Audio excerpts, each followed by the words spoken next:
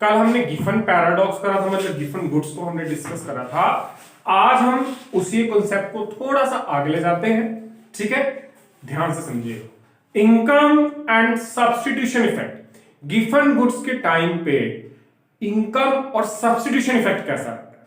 देखो, एक चीज आप अपने दिमाग में सेट कर लो, माइंड में, सब्स्टिट्यूशन इफेक्ट, चाहे वो नॉर्मल गुड्स हैं, चाहे वो इंफीरियर गुड्स हैं, चाहे वो गिफन गुड्स हैं, तीनों केस में नेगेटिव रहता है। और कल मैंने एक चीज भी डिस्कस करी थी आपके साथ कि इंफीरियर और गिफन गुड्स दोनों का मतलब ही चीप क्वालिटी गुड्स है, बट गिफन गुड्स जो है दो स्पेशल कैरेक्टरिस्टिक्स में अप्लाई होता है, तो वो कैरेक्टरिस्टिक्स आपको याद रखनी, ठीक है जी। आइए बढ़ते हैं कि substitution effect is always negative whether it is inferior goods, whether it is normal और given paradox।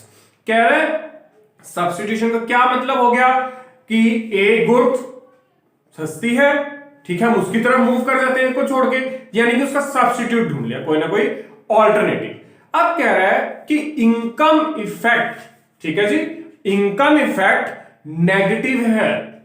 अगर इसमें सब्स्टिट्यूशन नेगेटिव है तो गिफन गुड्स में इनकम इफेक्ट भी नेगेटिव है, वो हम डिस्कस करते हैं। कह रहा है जो क्वांटिटी डिमांडेड है कमोडिटी की, वो रिड्यूस हो जाती है कमोडिटी के अपने प्राइस के गिरने से।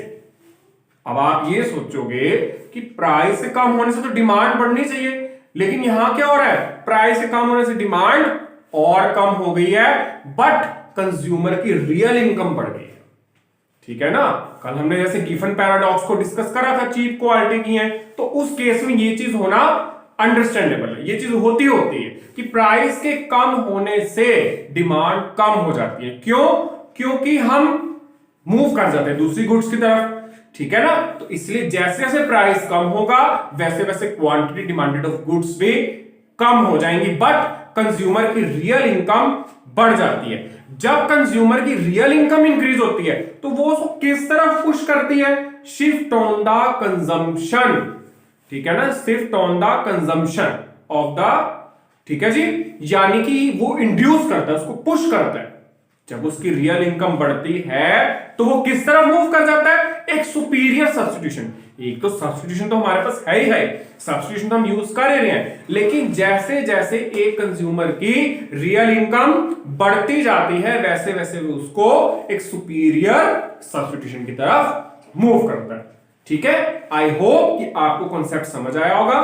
फिर मैं इसी चीज के लिए एक बात रिपीट करता हूं, if you have any problem regarding topic you can ask question in my comment section. Definitely I will give you answer. Safe and stay healthy.